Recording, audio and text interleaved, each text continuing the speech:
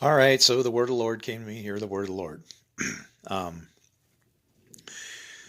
when Jesus was, when he let the adulterous woman go, this is what was going on. Um, the woman, as I said, is the Torah. It's also the Spirit. It's what guides us, right?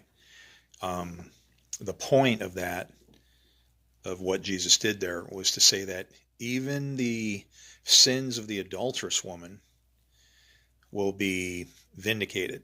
You know, there are verses that say that even irreverence will be vindicated. And when you can understand the sovereignty of the way God works, it gets to a level where you can't even enforce the law that's given to us. Because if you were to enforce it, you'd actually have to break it in order to enforce it. So, and Jesus was demonstrating this to the woman. He was saying that as being the Word, that was what Jesus represented. He represented the female Torah being made a man to manifest the law of God, or the woman, right? The teacher, Lady Wisdom, if you want to think of it that way.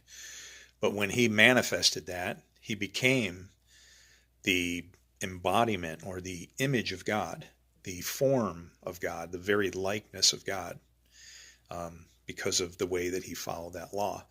When the woman sinned, he wrote potentially three different things on the ground. One of them is obvious, but here's the problem.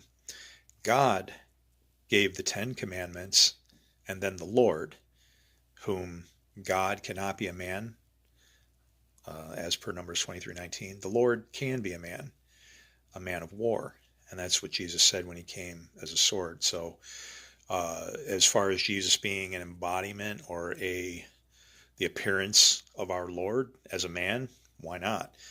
Scriptures say that that can actually happen. But when the woman sins, Jesus says something. He says, I am not against you, right?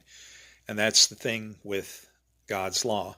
It's not against us, but it does offer a two-sided result or blessing. I just refer to it, even curses, as being blessings, because it means to me that God has not abandoned me. If I do something wrong and he's quick to correct me, to me it just means that I'm that much more overshadowed by him and under his wing, right?